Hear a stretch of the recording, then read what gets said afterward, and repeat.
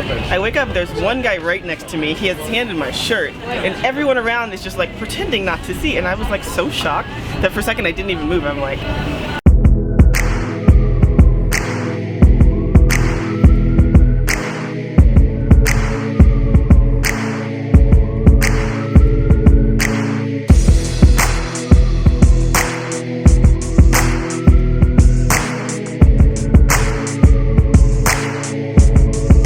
I've got to go buy a new tripod before I do anything. So I'm gonna go to the camera shop. But it's around 10 a.m. right now, and Orly Airport, just south of Paris, was shut down because a man wrestled a gun away from a soldier. They shot and killed him. 35 kilometers away from there, another man opened fire on 3 police officers, hitting one. And people are telling me that it's getting worse, I guess. And so I try to explain to people, because everyone tries comparing this to Chicago, that in Chicago, violence is kind of predictable and it's isolated. You know what areas are going to be bad. And I think it's relativity. The reason people are freaked out about what happened yesterday is because it happened near the Bastille, happened in like a popular area. So when you hear that these violent attacks are happening in trendy places, or that people are just randomly firing at police officers, or that someone tried stealing a gun from a soldier, well, that's scary.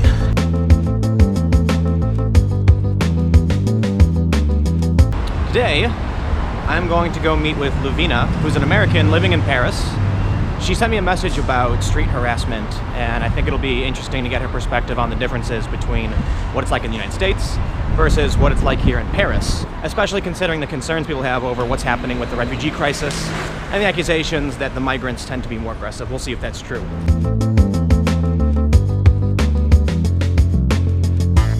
My name is Lucilla. I live in Paris and I study philosophy. I'm American. I've been here 6 years, well actually almost 7 years.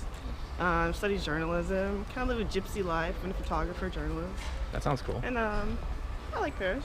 Like guys with big guns, like military guys walking around my neighborhood. But my neighborhood, we pay high taxes, so. And like the other shooting though, the shooting, I don't know if you remember, like it was out in the 14th with the guy at the grocery store and he shot a cop. That was my neighborhood, so. Okay.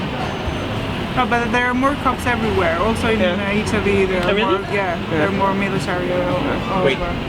there are more cops around? Yeah. Oh yeah. Because of what's been going on, or what? Yeah, probably. I mean, France has been like technically at like heightened terror since the nightclub shooting. State of emergency. Yeah, and you can see it. They have like the special force they put together, and because before you wouldn't, unless you're the F Tower, you're not going to see anyone with a gun. Like you would never see that. Now I live in the 14th, which is way down. It's not technically Paris, and there are guys in my neighborhood in full fatigues with guns. So they're out in the street. Well, like when I came here in 2009 or 10, it wasn't very common at all. I mean, France has had some terrorism like in the 70s, you know, small things. But then since around 2012, which after there was the Toulouse school shootings, it just really ramped up. I mean, and then you had the Charlie Hebdo, and like each time something else happened, I'm like, okay, this is going to be a bit much. And now it's common. I mean, I'm glad that they're stopping it now, because if you see the most recent ones, people aren't dying, they're just attempting. But I don't know, like, if it stays on the same trajectory, yeah, like I said, something's got to give. You have to think about where they're coming from. They're coming from these poor neighborhoods that people are just pushing aside and letting it fester. And until they go in there and really make an attempt to either, I don't know, remove people or integrate them, then yeah, they're gonna keep breeding terrorists. I think that the two things goes together, because unfortunately most of the people that are more poor live in the position like banlieue, and most of the time they're black or Arabs or whatever. So the two things goes together, in my opinion. And I think also, like you'll see that like these people, like they left home and they're in this country that like openly says that they're liberal and free and like tolerant. But what they feel day to day is they don't feel that at all. You know, they feel like maybe they're not really wanted here. So I think a lot of them, in order to maybe feel a connection with where they left, they turned to this like radical idea, because a lot of them are not even first generation immigrants. Some of them are second generation. They've been here, like they were educated in France. Like France took care of them. Okay, so I've lived in Brooklyn. I've lived in Baltimore, and when I first got to Paris, I did the same thing I usually do when someone catcalled me or something. I yell, I tell them to fuck off, leave me alone.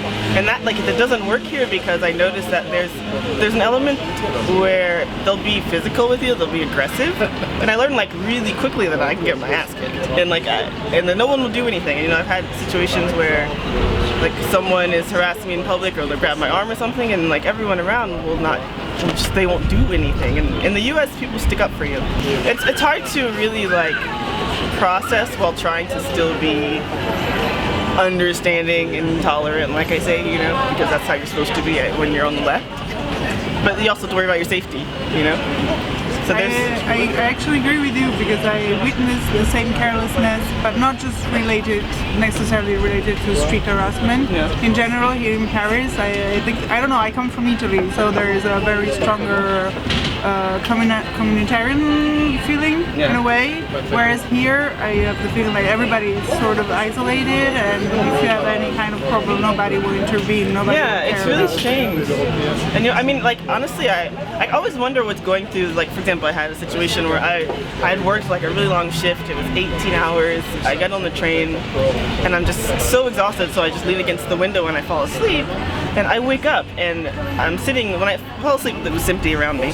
I wake up, there's one guy right next to me, he has his hand in my shirt, and everyone around is just like pretending not to see, and I was like so shocked that for a second I didn't even move. I'm like, and then I got up and I turned around, like sat in the other seat, and I looked directly at him, and he like scurried off the train. And I'm just like, how are all these people sitting around, you know, not doing anything while this guy like is literally touching a stranger? And I think it's weird, because French people will go out on the street and they'll protest so many things, but like person to person, yeah, I don't know. They don't do it in the everyday life. Yeah. They just. Here's the art political question: who is doing this? No, I mean it's not really that hard of a question. Like it's hands down. It's like you're not gonna get a white French guy following you down the street, grabbing your boobs, or calling after you. It's gonna be I won't say it's an immigrant, because like I said, you have French people who are not white, but it's a cultural thing. So you have like North Africans, you have Pakistani guys. But in my opinion, like French people, like white French people, can harass you like maybe even worse than this. Like I don't know, you can be harassed in a different way, maybe not in the street. That's the thing. It's a different way. Like exactly. If you're in a place, they'll come up to you and they'll bother you. That's the one thing to me that people don't quite get, is that men all over the world harass women. They just have different methods of doing it. So like there's a culture. Some cultures have the street calling thing. Like in New York, people will call out crazy shit to me, but they won't approach me, and they definitely won't bother me. So whereas here, maybe they'll call something out, but they'll follow me down the street, they'll grab my arm, and then the French guys will approach me in the plays. And it's kind of a double thing though, because sometimes it's like for example, I had like a friend of mine, we were in the metro, and she was wearing a pretty short dress. So this guy is like this Pakistani guy, he just like grabbed her butt, like, which is, you know, obviously rude and stuff. So she turns around to go hit him, and he grabs her arm, and then he hit her in the face. So it's more like, so it's like you shouldn't be doing it. They're like policing you morally, at the same time they're kind of impinging on your own. There's a lot of cognitive dissonance going on. They're telling you to cover up, they're following you, they're grabbing your ass. Like, but this is like, it's not a coincidence that it stems from cultures that don't really interact with gender that much, you know? Like they come from places where men and women are separated. So then, like I said, France is not integrating, and they're not saying that, okay, now that you're all here and we're all gonna interact together, this is how we're gonna treat each other. They don't do that. I don't feel less safe, but like I'm used to, like I told you, saying like I'll yell, fuck off, or leave me alone.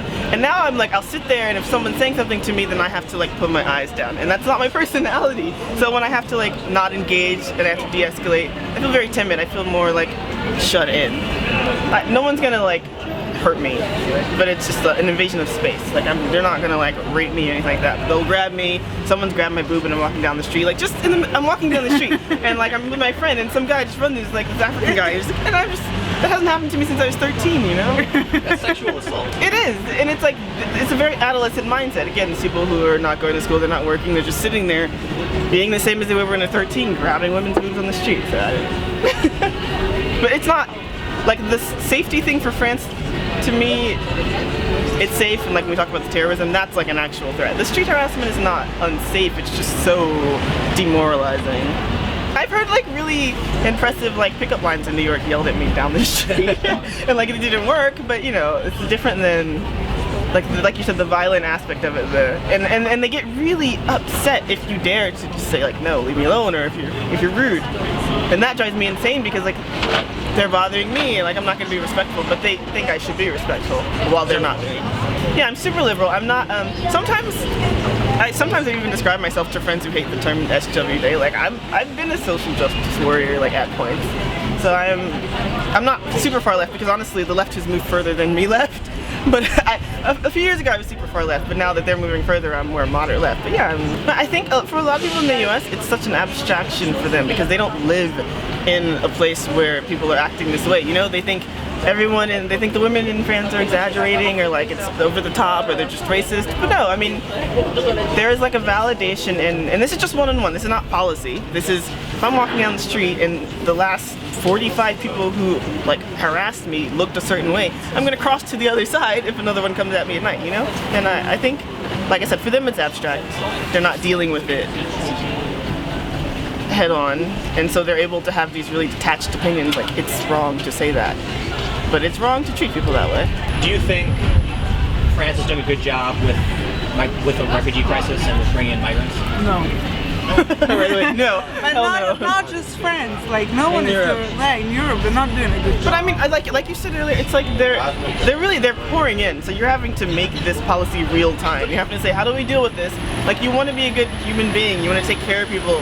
You want to assume that the bad people are the exception, not the rule, so you legislate around that. But it's really hard to moderate a culture coming in when they're pouring in at these numbers. And these are people that we haven't dealt with except for we see them on TV far away in wars that we will never have to experience, and now we're seeing that their culture is really different from ours and there are clashes, and if we're going to let them in and mingle with them, then yeah, we need to not necessarily like, yeah, you can practice your religion, you know, you just have to moderate it. Like you can, even if your wife wants to stay home and not work, that's fine. But you don't walk up to other women and tell them they need to be a certain way. Like you can't do that. It's difficult for me to see a lot of leftist women trying to say like women should be free, should be able to do what they want, and then saying at the same time we should respect these cultural differences. Because there are some that we should respect, absolutely. But I mean, I think the moral relativity, that's going too far. Like no, sometimes it's not okay, and I think they also don't want to attach, okay, you don't want to say it's their culture to harass women, you know, because that's insulting, and it's not necessarily, but it's also not their culture to respect women as equals. That's the problem. It's not like they're being brought up to be mean to women or to treat them bad. It's like they're not being brought up to treat women as equal. I think that Western culture is not educated either. Like, yeah. I don't know. I think that it's not like we shouldn't say that like Muslims or whatever they're not educated this way, whereas we us as white like white people, Western and like we're not. We don't treat women the same way either, so... And that's one of the things I've heard people who I know who maybe when they first got here they used to act that way, but they don't anymore because and that happens, no one really talks about that. You get here, maybe you're disrespectful to women, but then you learn how things work and you like curb it. But they say, okay, you come from a country where women and men are separated. You get here and it's like you're using naked women to sell beer, naked women to sell pizzas, naked women all over the place. Your movies are about like women going out and fucking everyone. So what do you think? You think, wow, women here are like down for whatever, you know, like women here are loose. And so yeah, there's a clash between like Americans saying we respect women and our media like broadcast to the entire world saying we definitely don't respect women, and the fact that like, oh, they're taking agency and doing it themselves, it doesn't matter. Like the message to a lot of people is that Americans don't respect women either. Well, you're basically bringing in a permanent underclass, you know, and people love it. As far as in the US, we love it when they, I don't know, babysit our kids and mow our lawns, and like we have them in because of our unique where we are situated, they're not pouring in record numbers. So we can just have them doing these little jobs we don't want to do. But if you have people pouring in, and you're not taking care of them, and you're scooting them off to your permanent underclass, like, you are literally fueling the sort of poverty that leads to like Islamic fundamentalism if you're just sending them exactly to theirs.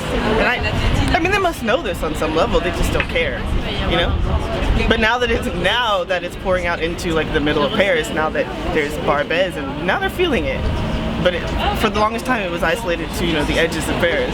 I mean, I know people talk about like the Tumblr leftists, and I remember when I was on Tumblr when it really was just Tumblr, and to see like people, this sort of nonsensical mindset like expanding to like, hey, like this white woman has dreadlocks, let's spend like 3 days like talking about how this white woman shouldn't have dreadlocks, instead of actual like leftist politics like equality and like, you know, and like the, I don't know, wage gaps and stuff. Why are we talking about dreadlocks and white women? Like, and the left is the identity politics of the left have split us into so many warring capacities that you have these like leftist conventions where everyone's just arguing all the time. We cannot, and I don't want to say battle because we're all Americans, we're trying for the same thing, but we can't really go head to head with an ideology where they all stick together and we're busy fighting about white women with dreadlocks. Like, we can't do that. And I mean, and I think we've done a lot of, like, the left's done a lot of soul searching, like, why did we lose this election, and there are a lot of reasons, but we're not unified as a party. And as long as we keep, and I don't want to say we shouldn't talk about each other's differences, but as long as we keep, like, sort of really